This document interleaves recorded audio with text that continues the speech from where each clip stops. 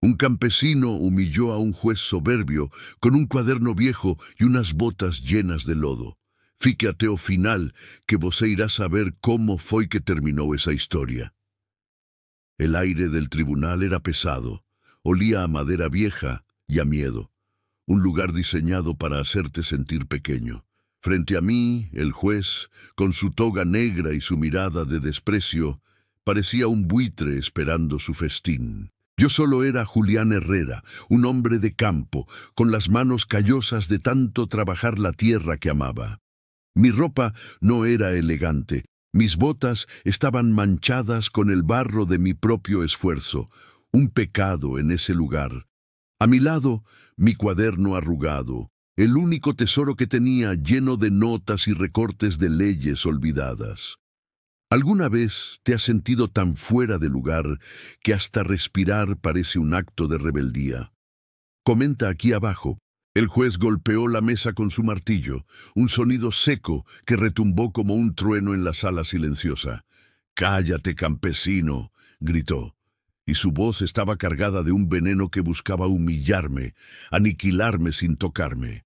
Las risas de los abogados y estudiantes de derecho llenaron el espacio, como una ola de desprecio que me golpeó.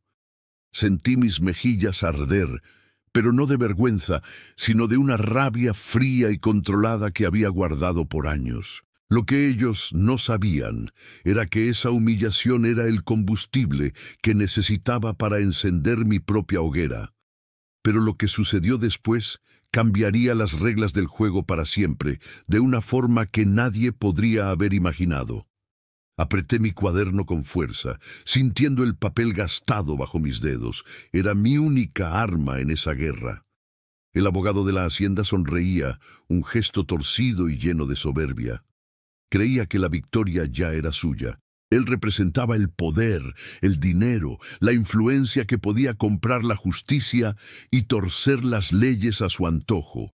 Yo, en cambio, representaba la tierra, la verdad simple y honesta de quienes la trabajan con sudor y sacrificio.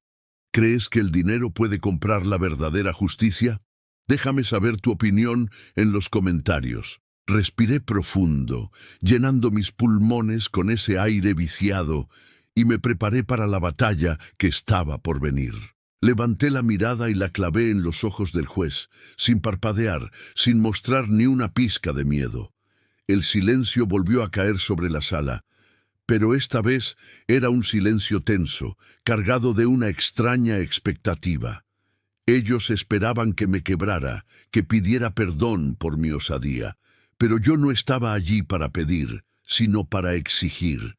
Mi voz, cuando finalmente salió, no fue un susurro tembloroso, sino un trueno firme que sorprendió a todos. Comencé a hablar no con súplicas, sino con la fuerza de la ley que ellos mismos habían olvidado convenientemente. El juez frunció el ceño, confundido. ¿De dónde sacaba un simple campesino esa confianza, ese conocimiento tan preciso? No se imaginaba las noches que pasé en vela, estudiando cada libro que pude conseguir, cada fragmento de historia. Mi abuelo solía decir que el conocimiento es el único campo que no te pueden quitar. Y tenía toda la razón. Artículo 27 de la Constitución, dije, y mi voz resonó con una claridad que cortó el aire de la sala. Los murmullos comenzaron a extenderse entre los estudiantes de derecho, que buscaban frenéticamente en sus libros y apuntes. No lo encontraban, porque era una versión antigua, una que había sido modificada para favorecer a los terratenientes. Pero su esencia, su espíritu original, seguía vivo en los documentos que yo había desenterrado con paciencia. El abogado de la hacienda se puso de pie, interrumpiéndome con un gesto de fastidio. «¡Protesto! Eso es irrelevante». El juez, deseoso de terminar con el espectáculo, le dio la razón. «El campesino divaga. Cíñase a los hechos». ¿Alguna vez has sentido que las reglas estaban hechas para que tú siempre pierdas? Cuéntame tu experiencia, pero yo no había hecho más que empezar. Este era solo el primer movimiento en mi partida de ajedrez. Abrí mi cuaderno en una página marcada. Entonces hablemos de los tratados de la tierra de 1884, propuse. Un silencio aún más profundo se apoderó del lugar. Nadie en esa sala había oído hablar de esos tratados. Eran documentos centenarios, firmados por los fundadores de nuestro pueblo y los dueños originales de esas tierras. Demostraban que la hacienda había expandido sus límites ilegalmente, absorbiendo las parcelas de los campesinos durante décadas. El sudor comenzó a perlar la frente del abogado. Su sonrisa socarrona había desaparecido por completo, dando paso al pánico. Podía sentir el cambio en el ambiente. La burla se estaba transformando en asombro, y el asombro en respeto. El juez intentó desestimar mis pruebas, llamándolas papeles viejos sin valor legal. Pero ya era demasiado tarde. La duda había sido sembrada y ahora crecía rápidamente en la mente de todos los presentes en ese tribunal. Lo que no sabían es que la prueba más contundente estaba a punto de ser revelada y los haría temblar.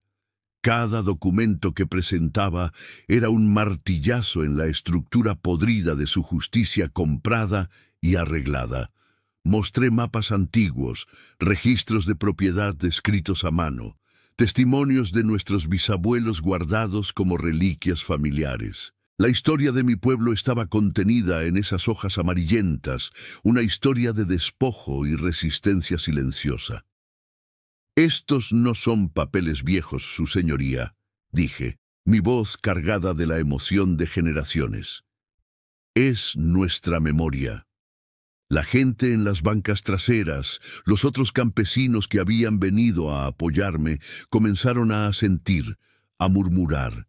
Una energía nueva recorría la sala, una corriente de valentía que nacía del corazón de los humildes. El juez, viéndose acorralado por la lógica y la historia, recurrió a su última arma, la intimidación y el poder. Hizo una seña discreta a los guardias de la sala, que comenzaron a moverse, rodeando lentamente el estrado. Querían asustarme, hacer que retrocediera, que abandonara mi lucha por miedo a la fuerza bruta de sus armas. ¿Qué harías tú en una situación así? ¿Te rendirías o seguirías luchando por lo que crees que es justo? Pero el miedo ya no tenía lugar en mi corazón. Lo había dejado atrás, en el primer surco que haré al amanecer. Miré a mi gente, a sus rostros curtidos por el sol y la preocupación. Luchaba por ellos, por su futuro.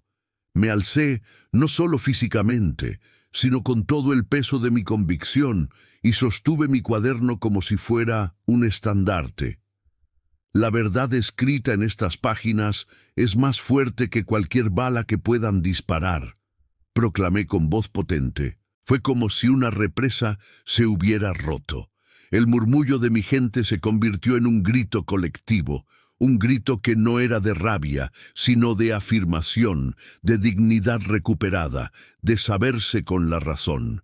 Los guardias dudaron, desconcertados por esa repentina explosión de coraje de un pueblo que siempre había sido sumiso. El juez golpeaba su martillo una y otra vez, pero su sonido se perdía en el clamor creciente de la gente. El abogado de la hacienda retrocedió, pálido, como si viera un fantasma, y en cierto modo lo era. Era el fantasma de la justicia verdadera, que había vuelto para reclamar lo que era suyo, lo que le pertenecía. Lo que pasaría en los siguientes minutos definiría no solo mi destino, sino el de toda nuestra comunidad. Afuera, el ruido crecía. Más campesinos, enterados de lo que ocurría, habían llegado para rodear el tribunal. El edificio, antes un símbolo de poder opresivo, ahora era una isla rodeada por un mar de pueblo, y en ese mar las olas comenzaban a cantar. Eran cánticos ancestrales, melodías de la tierra y del trabajo, canciones que hablaban de la lluvia, de la cosecha, de la conexión profunda entre el hombre y la naturaleza. Los muros del tribunal, tan gruesos y sólidos, parecían temblar con la vibración de esas voces unidas. El juez, desesperado, gritaba órdenes que nadie escuchaba. Había perdido por completo el control de la situación. El poder que creía tener se había desvanecido como el humo, reemplazado por el poder real del pueblo unido. De repente, las grandes puertas del tribunal se abrieron de par en par, con una fuerza que hizo temblar el suelo. No eran más campesinos. Era un hombre con una toga diferente, más ornamentada, y una mirada severa y justa. Detrás de él entraron soldados de la Guardia Nacional, con sus uniformes impecables y sus rifles en posición de descanso. El silencio volvió a caer, pero esta vez era un silencio absoluto, lleno de una tensión casi insoportable. El recién llegado era un magistrado superior, enviado desde la capital por el escándalo que se estaba formando. Las noticias volaban más rápido que el viento, y la historia del campesino que desafiaba al juez ya era leyenda. Se había enterado de las irregularidades, de la historia de despojo que mi cuaderno estaba sacando a la luz. El juez local palideció. Su carrera, su prestigio y su libertad pendían de un hilo muy delgado en ese momento. El magistrado caminó lentamente hasta el estrado, su mirada pasando del juez al abogado y finalmente posándose en mí. En sus ojos no vi desprecio ni burla, sino una curiosidad genuina, un interés por escuchar la verdad. «Continúe, señor Herrera», dijo, y su voz era calmada pero firme, una orden que no admitía réplica alguna. Sentí una oleada de esperanza, la primera luz de un amanecer después de una noche muy larga y oscura. Ese era el momento que lo cambiaría todo. La balanza de la justicia por fin empezaba a inclinarse a nuestro favor. Tomé mi cuaderno una vez más, pero mis manos ya no temblaban. La fuerza de mi pueblo me sostenía. Expuse el resto de mis pruebas, cada dato, cada firma, cada sello que demostraba el fraude cometido por generaciones. Hablé durante casi una hora, sin interrupciones, con la sala en un silencio sepulcral, escuchando cada palabra. No era solo la historia de un pedazo de tierra, era la historia de una injusticia sistemática, de un abuso de poder. Cuando terminé, un silencio profundo llenó la sala. Nadie se movía, nadie se atrevía a respirar siquiera. El magistrado superior revisó mis documentos uno por uno, con la ayuda de sus asistentes, verificando cada detalle. Levantó la vista y miró al juez y al abogado de la hacienda. Su rostro era una máscara de fría decepción. La sentencia no tardó en llegar, y no fue pronunciada con un martillo, sino con la voz clara de la ley. Todas las pruebas eran válidas. Las tierras debían ser restituidas a sus dueños originales, las familias campesinas. Una investigación se abriría de inmediato contra el juez y el abogado por obstrucción a la justicia y fraude. La sala estalló en un grito de júbilo. Lágrimas de alegría corrían por los rostros de mi gente. Nos abrazábamos unos a otros, hombres y mujeres curtidos por el trabajo, llorando y riendo al mismo tiempo. Habíamos ganado, no con armas ni con violencia, sino con la verdad, la paciencia y un viejo cuaderno arrugado. Si esta historia te está inspirando, dale like a este video y suscríbete para no perderte más relatos como este. El juez fue despojado de su toga allí mismo, una humillación pública que era el espejo de la que él me infligió. El abogado intentó escabullirse, pero los guardias nacionales le bloquearon el paso. La justicia al fin lo había alcanzado. Al salir del tribunal, el sol me cegó por un instante. Afuera, la multitud me recibió como a un héroe. Me levantaron en hombros, cantando mi nombre. Pero yo no me sentía un héroe, solo un hombre que hizo lo correcto.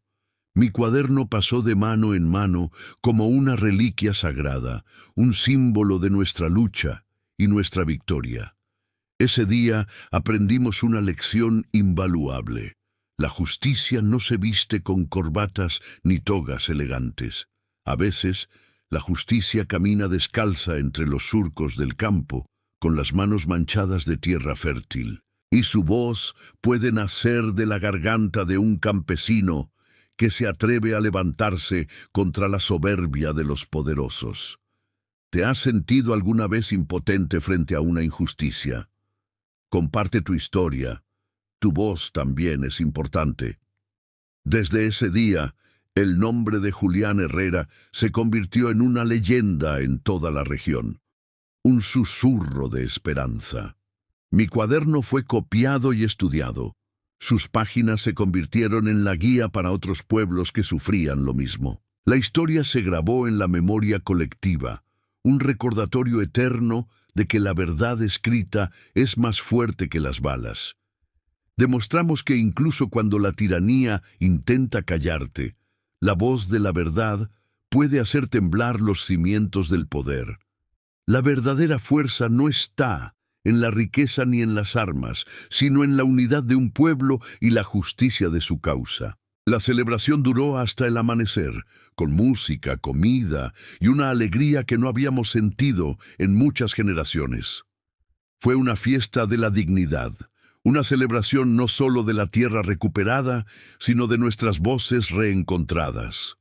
Pero mientras todos reían y cantaban, una parte de mí se mantenía vigilante, observando las sombras más allá de las fogatas. Sabía que habíamos ganado una batalla crucial, pero la guerra contra la soberbia y la avaricia nunca termina del todo. El terrateniente, don Ricardo, no era un hombre que aceptara la derrota fácilmente. Su orgullo estaba herido de muerte.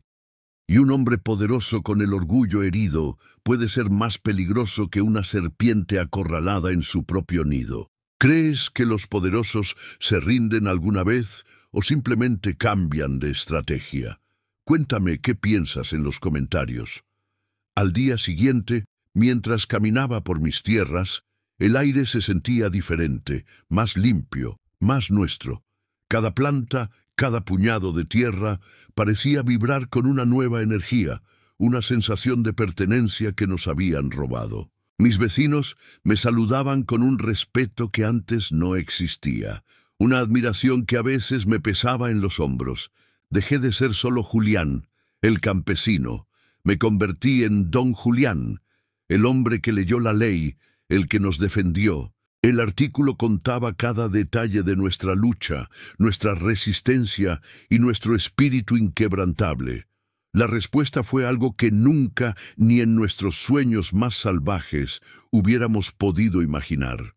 La gente de la ciudad comenzó a llegar, primero por curiosidad, luego por solidaridad y finalmente por la calidad de nuestros productos. Descubrieron que nuestras verduras y frutas tenían un sabor diferente, el sabor de la tierra trabajada con justicia y amor. Nuestro pequeño mercado al borde de la carretera se convirtió en un destino de fin de semana para cientos de familias. Vendíamos todo lo que producíamos a precios justos, sin intermediarios que se quedaran con nuestro esfuerzo. Don Ricardo estaba furioso. Su plan había fracasado estrepitosamente. No solo no nos había destruido, sino que nos había hecho famosos. El poder que él creía tener, el control sobre los mercados y la distribución, se había evaporado frente a la voluntad popular. Si quieres saber cómo reaccionó don Ricardo y cuál fue su siguiente y desesperado movimiento, suscríbete y activa las notificaciones. Estábamos ganando dinero, mejorando nuestras casas, enviando a nuestros hijos a mejores escuelas. La prosperidad había llegado. Pero lo más importante no era el dinero. Era la mirada de orgullo en los ojos de mi gente. Habíamos dejado de ser víctimas para convertirnos en los dueños de nuestro propio destino. Éramos libres.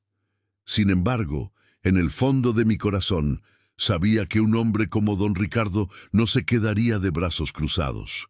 Su silencio era preocupante, antinatural. Era la calma que precede a la peor de las tormentas. Y no me equivocaba. Lo que estaba planeando en la oscuridad de su hacienda era mucho peor que cualquier sabotaje.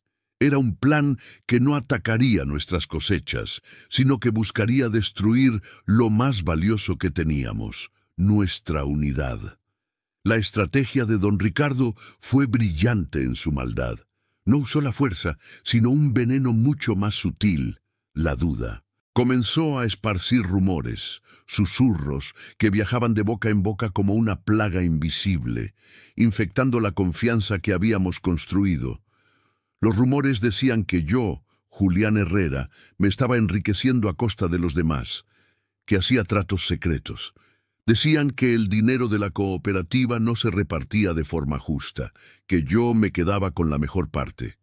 Al principio nadie lo creyó. Se rieron de esos chismes, conociendo mi historia y mi lucha por el bien común, pero la mentira, cuando se repite 1000 veces, empieza a sonar como una posible verdad, una sombra que se mete en el corazón. ¿Alguna vez un rumor ha dañado una amistad tuya? Es increíble el poder que tienen las palabras malintencionadas. Empecé a notar pequeños cambios, miradas que se desviaban cuando yo pasaba, silencios incómodos cuando me acercaba a un grupo. Las conversaciones en el mercado se volvían más tensas. Empezaron las discusiones por cosas sin importancia. ¿Por qué el puesto de Julián vendió más esta semana?, preguntaba alguien, con un filo de acusación en la voz. ¿Estamos seguros de que las cuentas están claras?, susurraba otro, sembrando la semilla de la desconfianza en todos. El veneno estaba funcionando. Nuestra unidad, nuestra mayor fortaleza, se estaba agrietando desde adentro, lentamente. Me sentía como si estuviera caminando sobre un campo de minas. Cada palabra, cada decisión mía era analizada con sospecha. Fue el ataque más doloroso de todos, porque no venía de un enemigo declarado, sino de mi propia gente. El éxito que habíamos logrado juntos ahora se convertía en el motivo de nuestra división. Era una ironía cruel. Intenté hablar con ellos, mostrarles los libros de contabilidad, ser completamente transparente, pero la duda es ciega y sorda. Cuando la desconfianza entra en el corazón, la lógica y las pruebas saltan por la ventana. No hay razonamiento que valga. Don Ricardo observaba desde la distancia, sin duda disfrutando de cómo nos destruíamos nosotros mismos sin que él moviera un dedo. Había encontrado nuestra debilidad, la vieja envidia, la costumbre de pensar que si a alguien le va bien es porque está engañando. ¿Crees que la envidia es el mayor enemigo del progreso en una comunidad? Déjame tu opinión aquí abajo. La situación llegó a un punto crítico durante una de nuestras asambleas semanales bajo el árbol de la plaza. Lo que siempre había sido un encuentro de hermanos se convirtió en un juicio. Y yo era el único acusado. Uno de mis vecinos más antiguos, un hombre que luchó a mi lado en el tribunal, se puso de pie. «Julián, te respetamos», dijo, pero su voz era fría. «Pero hay cosas que no están claras. Queremos respuestas». Se refería a un pequeño fondo que habíamos creado para emergencias, un dinero que yo administraba para la cooperativa. El rumor que don Ricardo esparció era que yo estaba usando ese dinero para mis propios gastos, para lujos personales. La acusación flotó en el aire, pesada y fea. Pude ver en los ojos de muchos que querían creerla. Mi corazón se rompió en 1000 pedazos en ese momento. La humillación del juez no fue nada comparada con esto. Ser traicionado por aquellos por quienes habías arriesgado todo es un dolor para el que no hay palabras. Sentí el impulso de abandonar, de dejar que se hundieran en su propia desconfianza. ¿Para qué seguir luchando? Pero entonces miré a Elena, mi esposa, y a mis hijos, sentados en primera fila. Su confianza en mí era inquebrantable, y vi a los ancianos del pueblo, cuyas miradas no reflejaban sospecha, sino una profunda tristeza por nuestra división. Respiré hondo, pidiendo la fuerza que necesité en el tribunal. Esta batalla era más difícil, pero igual de necesaria. Lo que estaba a punto de hacer era un riesgo enorme. Podría destruir la cooperativa para siempre o salvarla. En lugar de defenderme con palabras, caminé hasta mi casa y regresé con dos cosas: el cuaderno y una caja de madera. Puse ambas cosas sobre la mesa, en el centro de la asamblea. Todos guardaron silencio, expectantes. Primero abrí el cuaderno. Este libro nos enseñó a luchar juntos, dije, mi voz temblando ligeramente por la emoción. Nos dio las herramientas para recuperar nuestra tierra, pero parece que hemos olvidado su lección más importante. Pasé las páginas lentamente, mostrando las notas sobre unidad, sobre la fuerza del trabajo en común, sobre la confianza. Luego tomé la caja de madera.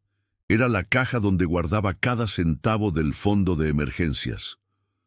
«Ustedes me confiaron esto», dije, abriendo la caja para que todos vieran que el dinero estaba allí, intacto. Pero la confianza no se puede guardar en una caja, o se tiene o no se tiene, y parece que la hemos perdido.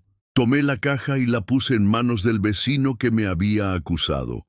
«Ahora es tu responsabilidad», le dije. «Y tú», dije, señalando a otra persona que había mostrado dudas, «tú te encargarás de los libros de contabilidad». Uno por uno, empecé a delegar todas las responsabilidades que había asumido. La gestión de ventas, las negociaciones. No estaba renunciando, estaba distribuyendo el poder, repartiendo la carga para que todos se sintieran parte. «La cooperativa no es Julián Herrera», declaré en voz alta para que todos me escucharan. «La cooperativa somos todos nosotros. Si va a funcionar, todos tenemos que ser responsables, todos tenemos que confiar los unos en los otros». ¿Qué te parece esta estrategia? ¿Crees que fue la decisión correcta o una locura? Comenta tu punto de vista. Un silencio profundo se instaló en la plaza. Los rostros de mis vecinos pasaron de la sospecha a la sorpresa y luego a la vergüenza. Se dieron cuenta de su error. Habían caído en la trampa de don Ricardo, dejando que el veneno de la envidia los cegara.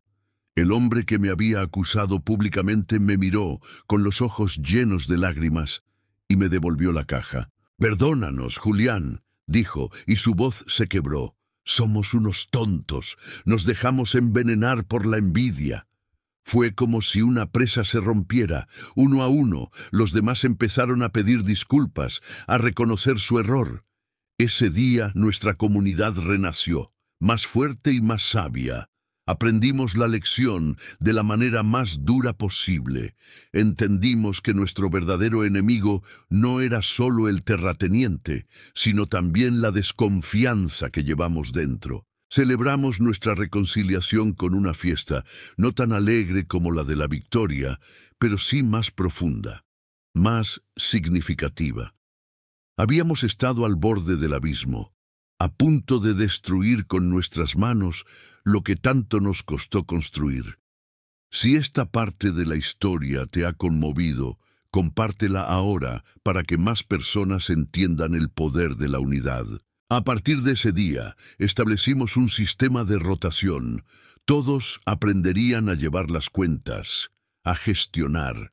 La transparencia se convirtió en nuestra regla de oro. Cada decisión se tomaba en asamblea, a la vista de todos. Don Ricardo, desde su hacienda, debió sentir una frustración inmensa. Su plan más astuto había fracasado. No solo no nos había dividido, sino que nos había hecho más fuertes, más organizados y más unidos que nunca. Ahora éramos un cuerpo con muchas cabezas, todas pensando juntas. Si uno caía, los demás lo levantaban. Pero la historia aún no había terminado. Un hombre como él, acorralado y humillado, es capaz de cualquier cosa. Su siguiente movimiento ya no sería sutil. Sería un ataque directo, frontal, desesperado, un último intento por recuperarlo todo. La calma que siguió a nuestra reconciliación era solo una tregua. Todos lo sentíamos en el aire. La pregunta ya no era si atacaría, sino cuándo y cómo lo haría. La tensión era palpable. Una tarde, mientras el sol se ponía tiñendo el cielo de naranja, vimos una columna de polvo en el camino. No eran los compradores de la ciudad. Eran camionetas grandes, oscuras, que se dirigían directamente hacia nuestro pueblo. El momento que tanto temíamos había llegado. La última carta de don Ricardo estaba sobre la mesa. Y lo que esas camionetas traían consigo iba a poner a prueba no solo nuestro valor, sino nuestra propia humanidad. Próximo. Las camionetas se detuvieron en la entrada del pueblo, levantando una nube de polvo que cubrió nuestro mercado.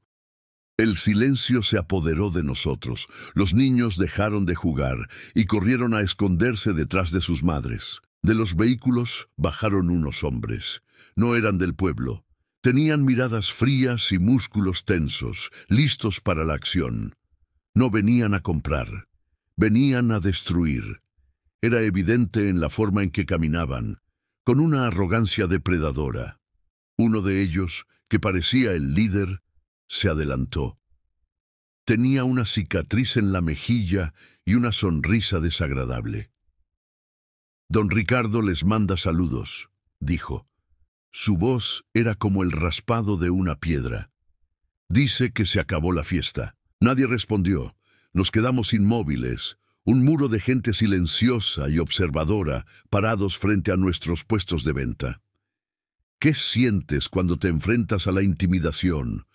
¿Miedo, rabia o una extraña calma? Comparte tu reacción. El hombre de la cicatriz se rió. «Parece que el gato les comió la lengua, o quizás es el miedo».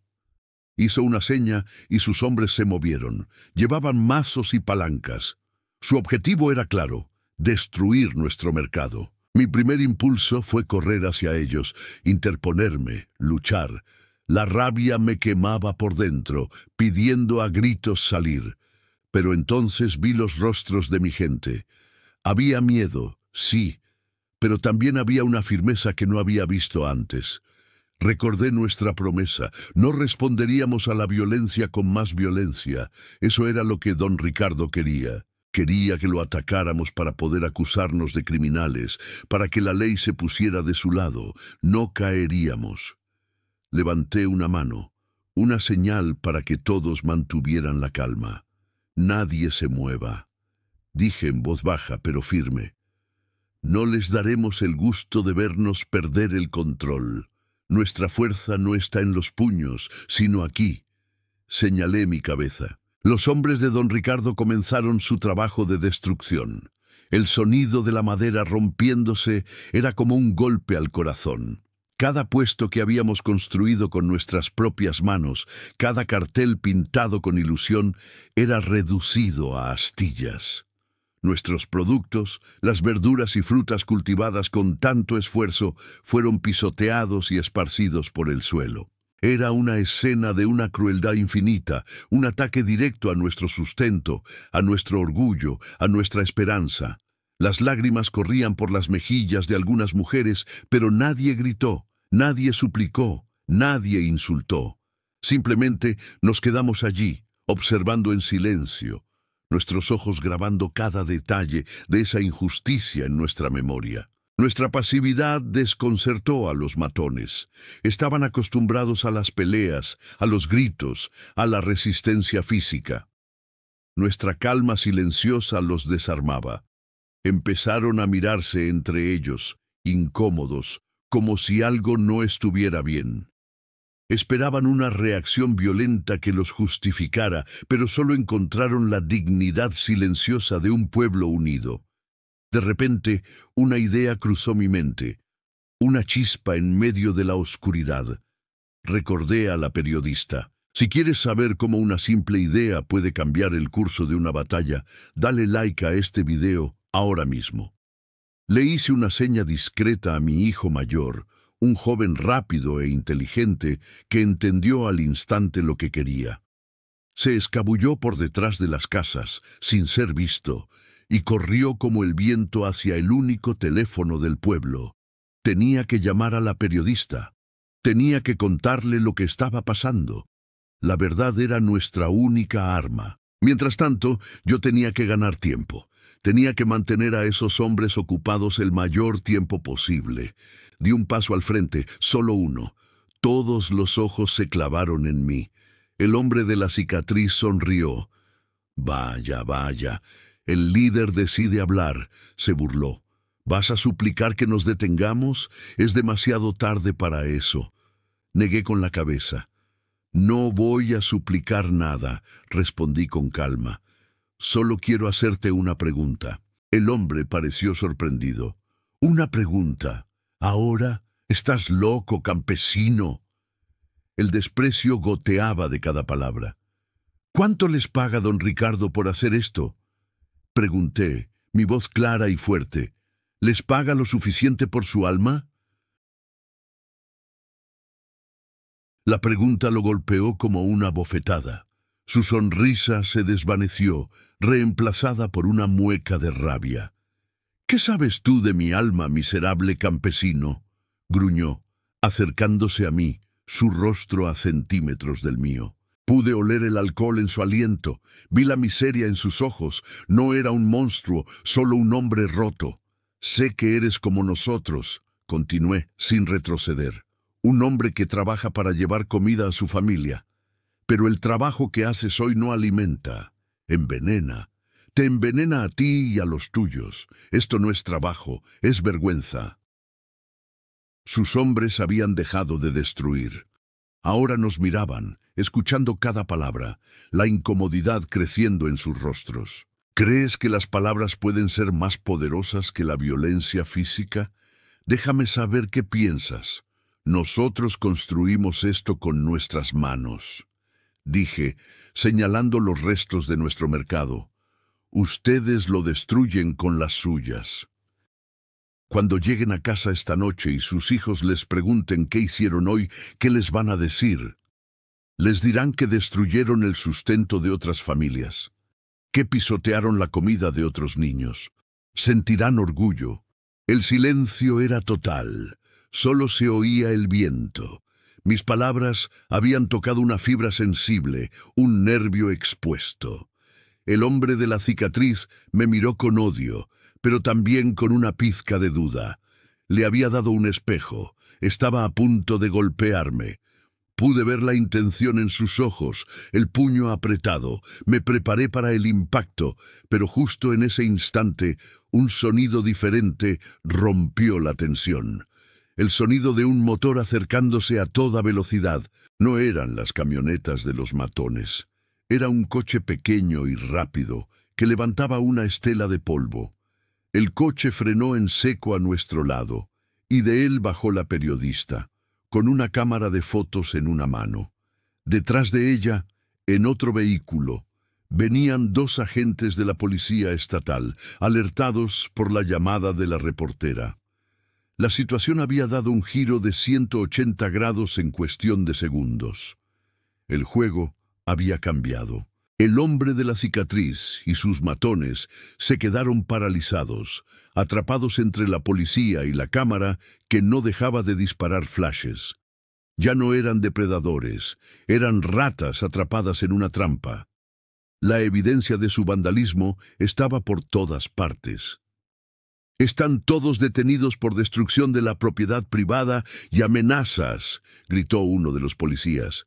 La arrogancia de los matones se desvaneció, reemplazada por un miedo real y palpable. Ahora ellos eran los débiles. Mientras los esposaban y los metían en los coches de policía, el hombre de la cicatriz me miró. En sus ojos ya no había odio, solo una especie de respeto a regañadientes. Lo había derrotado sin levantar un dedo.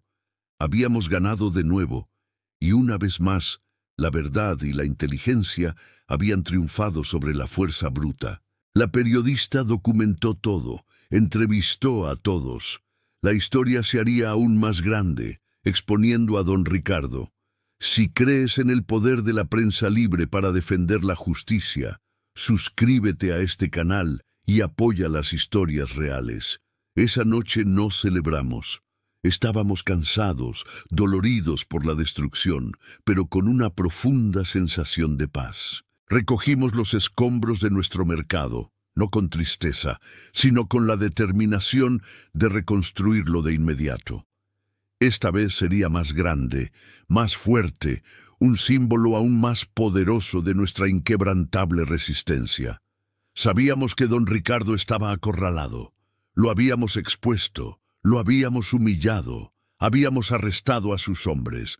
Un hombre así, desesperado, sin nada que perder, es cuando se vuelve más impredecible y peligroso que nunca. La guerra no había terminado. Su próximo ataque sería el definitivo, y vendría por un flanco que no esperábamos. No usaría matones, usaría abogados, los mejores y más corruptos que el dinero pudiera comprar en la capital. Su plan era retorcer la ley que nos había liberado y usarla para estrangularnos, para quitárnoslo todo legalmente. Estaba a punto de enfrentarme no a un juez local soberbio, sino a una bestia legal, un tiburón de ciudad. Y para esa batalla, mi viejo cuaderno, quizás, ya no sería suficiente para salvarnos. Próximo. La reconstrucción de nuestro mercado fue un acto de fe. Cada clavo, cada tabla, era una declaración de que no nos rendiríamos. La noticia de la detención de los matones de don Ricardo se esparció como pólvora, consolidando nuestra leyenda. Pero la calma era solo la superficie de un océano turbulento. Sabía que la verdadera tormenta estaba por llegar. Una semana después, un mensajero en una motocicleta llegó al pueblo. Traía un sobre grueso con sellos oficiales. Era para mí. Al abrirlo, sentí un frío que no era del clima. Eran páginas y páginas de un lenguaje que no entendía. Eran términos legales complejos, cláusulas, subsecciones, referencias a leyes que no estaban en mi viejo cuaderno. ¿Alguna vez te has enfrentado a un documento que parece escrito en otro idioma, diseñado para confundirte y vencerte? Pasé toda la noche tratando de descifrarlo. Con la luz de una lámpara de aceite, mi cuaderno a un lado. Me sentía como un viejo marinero tratando de navegar una tormenta moderna con un mapa de estrellas antiguo. No funcionaba. Mi conocimiento, que me había parecido tan vasto en el tribunal local, ahora se sentía pequeño e insuficiente. Don Ricardo había contratado a un tal licenciado Morales, un nombre que, según supe después, era sinónimo de terror en los tribunales. Era conocido como el Tiburón, un abogado de la capital famoso por no haber perdido nunca un caso. Su especialidad era encontrar lagunas legales, retorcer la ley hasta que dijera lo que sus clientes ricos querían oír. A la mañana siguiente reuní a mi gente, les expliqué la situación con la honestidad que siempre nos había unido. Les dije que nos enfrentábamos a un monstruo diferente, uno que no usaba la fuerza, sino el laberinto de la propia ley. El miedo volvió a sus rostros. Era un miedo distinto, más profundo. El miedo a lo desconocido, a lo incomprensible. La nueva demanda de don Ricardo, redactada por Morales, era una obra maestra de la crueldad legal. Argumentaba que nuestras tierras eran necesarias para un proyecto de interés nacional, un corredor industrial que traería progreso.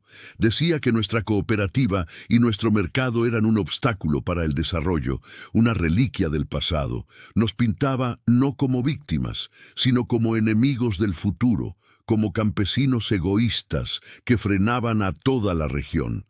Era una mentira envuelta en la bandera del progreso, y lo peor de todo es que tenía bases legales. Morales había encontrado una ley de expropiación olvidada que le daba al Estado el poder de tomar tierras para tales proyectos. Y casualmente, la empresa designada para desarrollar ese proyecto era una nueva compañía fantasma, propiedad de don Ricardo. Nos estaban robando de nuevo, pero esta vez con la bendición de la ley, con documentos sellados y una lógica perversa. ¿Qué hacemos, Julián?, me preguntaron. Sus voces estaban llenas de una desesperación que me partía el alma. Por primera vez, desde que empezó esta lucha, no tuve una respuesta. Me sentí vacío, derrotado. Si esta historia te mantiene en vilo, imagínate vivirla. Suscríbete para saber cómo termina esta batalla desigual.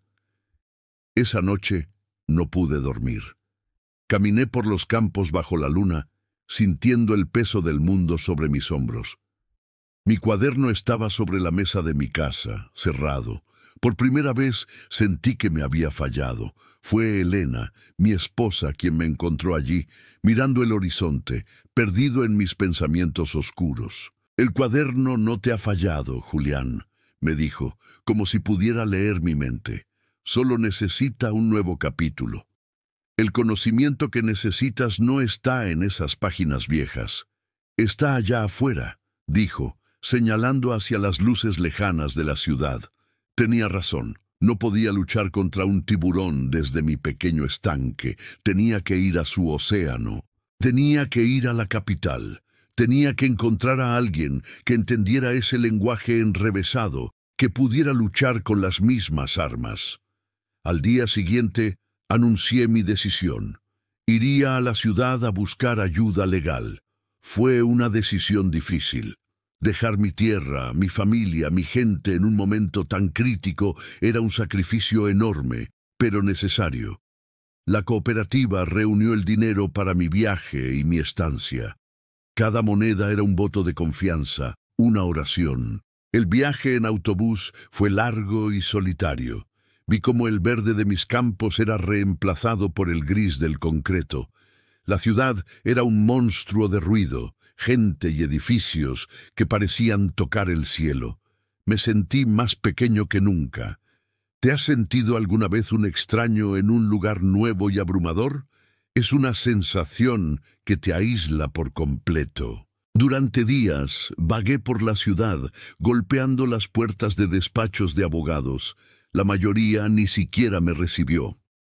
Un campesino con un problema de tierras no era un cliente rentable. Otros me pidieron sumas de dinero que nunca podríamos pagar. La esperanza comenzó a desvanecerse, reemplazada por la dura realidad. El dinero y la influencia lo eran todo en ese mundo. Estaba a punto de rendirme, de volver a casa con las manos vacías, cuando recordé a la periodista. La busqué en las oficinas del periódico. Ella se sorprendió al verme, pero me recibió con una sonrisa calenta. Le conté todo sobre la nueva estrategia de don Ricardo y el licenciado Morales, sobre mi búsqueda desesperada de ayuda. Ella frunció el ceño, pensativa. «Conozco a alguien», dijo finalmente. «No es un abogado famoso, pero tiene algo que Morales no tiene». «¿Y qué es eso?», pregunté, con un hilo de esperanza renaciendo en mi pecho. Ella sonrió. «Un corazón». Me dio la dirección de una pequeña oficina de asistencia legal gratuita, escondida en un barrio antiguo de la ciudad. Allí conocí a Sofía, una abogada joven, recién graduada, llena de un idealismo y una pasión por la justicia que me recordaron a mí mismo. Escuchó mi historia con una atención increíble, revisando los documentos de Morales, sus ojos brillando con indignación. «Esto es una monstruosidad legal», dijo, su voz temblando de rabia. «Están usando la ley para cometer un crimen». Le mostré mi cuaderno. Ella lo tomó con un respeto que me conmovió, pasando las páginas con cuidado. «Esto es increíble, Julián», murmuró. «La base de todo está aquí. La raíz de su derecho es más profunda que su ley». Por primera vez en mucho tiempo sentí que no estaba solo. Había encontrado una aliada, una guerrera. Sofía no tenía la experiencia de Morales, pero tenía una mente brillante y una energía inagotable. Pasamos los siguientes días y noches trabajando sin descanso en su pequeña oficina, rodeados de libros y tazas de café. Combinamos mi conocimiento de la tierra y la historia con su dominio de la ley moderna. Fue una fusión poderosa. Descubrimos algo. Una pequeña cláusula en esa misma ley de expropiación. Un detalle que Morales, en su soberbia, había pasado por alto. La ley decía que los proyectos de interés nacional debían ser evaluados por su impacto cultural y comunitario. Si un proyecto destruía un patrimonio cultural o una comunidad con raíces históricas probadas, podía ser detenido. Y mi cuaderno era la prueba viviente de que nuestra comunidad no era solo un grupo de casas. Éramos una cultura, con tradiciones, canciones y una conexión con esa tierra que se remontaba a siglos. Nuestra cooperativa, nuestro mercado, no eran un obstáculo para el progreso. Eran la definición misma de progreso sostenible. Teníamos una oportunidad, una sola, una aguja en un pajar, pero era todo lo que necesitábamos. La audiencia final fue fijada. Sería en el Tribunal Supremo de la capital. Don Ricardo Morales contra un campesino y una abogada novata. Parecía una batalla de David contra Goliat, pero esta vez David no tenía una honda, sino un cuaderno arrugado. El día de la audiencia sentí el mismo nerviosismo que en el primer juicio, pero esta vez era diferente. No estaba defendiendo solo mi tierra. Estaba defendiendo la idea de que la vida de la gente es más importante que el cemento. Cuando entré a la imponente sala del tribunal, vi a Morales al otro lado. Me miró con desdén. Él no tenía idea de la tormenta que estábamos a punto de desatar sobre su mundo de mentiras legales. El licenciado Morales comenzó su presentación. Hablaba con una elocuencia fría, usando gráficos y proyecciones. Pintaba un futuro brillante de empleos y prosperidad, un futuro en el que nosotros éramos un lamentable obstáculo. Los magistrados escuchaban con atención, asintiendo a sus argumentos sobre la importancia del crecimiento económico para la nación. Por un momento, el miedo se apoderó de mí. Su lógica era como una jaula de acero, perfecta e irrompible. Don Ricardo, sentado detrás de él, sonreía con la arrogancia de quien ya ha comprado el resultado. Parecía que estábamos perdiendo, que la voz fría del dinero era más fuerte que el latido de la tierra. ¿Alguna vez te has sentido tan pequeño frente a un argumento que parece perfecto, aunque sepas que es una mentira? Entonces fue el turno de Sofía. Se levantó, no con la arrogancia de Morales, sino con una calma y una dignidad impresionantes. Comenzó a desmantelar el caso de Morales, pieza por pieza, con una precisión quirúrgica, citando leyes y precedentes. Habló de la cláusula de patrimonio cultural, explicando que una comunidad no es un obstáculo, sino un tesoro nacional. Luego me llamó al estrado. El corazón me latía con fuerza. Era el momento de la verdad, el acto final. No llevaba traje ni corbata. Llevaba mi ropa de campesino, mis botas limpias y en mis manos mi viejo cuaderno. Sofía me hizo una sola pregunta. Señor Herrera, por favor, explíquele al tribunal qué es lo que el licenciado Morales llama un obstáculo. Abrí mi cuaderno, pero no leí leyes. Leí los nombres de las familias que habían vivido en esa tierra por generaciones.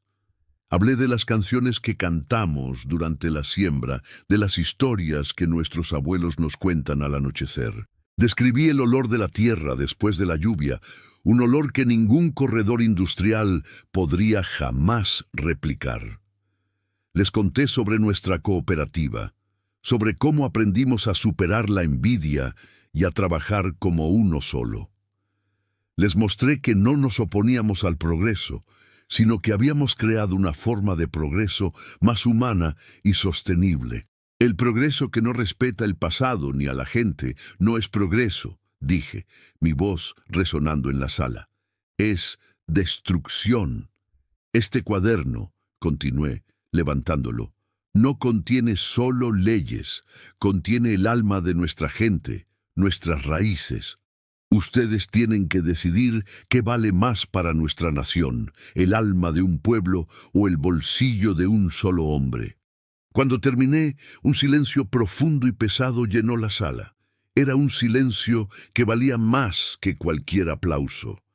Miré a los magistrados. Sus rostros ya no eran severos. Vi en sus ojos un atisbo de comprensión, de humanidad. El licenciado Morales intentó objetar, hablar de sentimentalismos, pero su voz sonaba hueca, vacía de toda convicción. Los magistrados se retiraron a deliberar. La espera fue una tortura. Cada segundo se sentía como una hora. Cuando regresaron, el magistrado principal se puso de pie. Su rostro era solemne, su mirada se posó en mí. La sentencia fue clara. El proyecto de don Ricardo fue cancelado. La ley de expropiación fue declarada inaplicable en nuestro caso. Pero el magistrado fue más allá. Elogió nuestro modelo de cooperativa como un ejemplo de desarrollo comunitario para el país. Ordenó una investigación a fondo sobre las prácticas de don Ricardo y las tácticas legales del licenciado Morales. Fue una victoria total, absoluta. Más allá de nuestros sueños más optimistas, habíamos cambiado la ley misma. Don Ricardo salió del tribunal con el rostro desencajado, un hombre destruido por su propia soberbia y avaricia. Morales, por primera vez en su vida, había perdido. Su reputación como el tiburón quedó hecha trizas. Si esta victoria te emocionó tanto como a mí, compártela para que el mundo sepa que la justicia es posible. Mi regreso al pueblo fue el día más feliz de mi vida. No había discursos, solo abrazos, lágrimas y risas. Mi cuaderno, ese viejo compañero de batalla, fue colocado en un pequeño museo que construimos en la plaza. Ya no era solo mío, se había convertido en el símbolo de que la pluma es más fuerte que la espada. La justicia, esa que imaginaba vestida de toga y corbata, a veces usa botas llenas de lodo. Y la verdad más poderosa a menudo no se encuentra en códigos complicados, sino en el corazón de la gente común. Mi nombre se convirtió en una historia, pero yo nunca busqué ser un héroe. Solo fui un campesino que se negó a callar. Y esa es la lección más grande. No necesitas ser poderoso para hacer temblar a los tiranos. Solo necesitas la verdad de tu lado, el coraje en tu corazón y la unidad de tu gente a tus espaldas. ¿Qué parte de esta historia te impactó más? ¿La humillación inicial, la victoria en el tribunal o la lucha comunitaria? ¿Crees que una sola persona, con la herramienta correcta, puede realmente cambiar el mundo o esto solo pasa en las historias? Si alguna vez has luchado por algo en lo que creías, incluso cuando todos te decían que era imposible, comparte tu experiencia en los comentarios. Si esta historia tocó tu corazón, compártela ahora para que más personas sientan el impacto y encuentren la inspiración para sus propias batallas.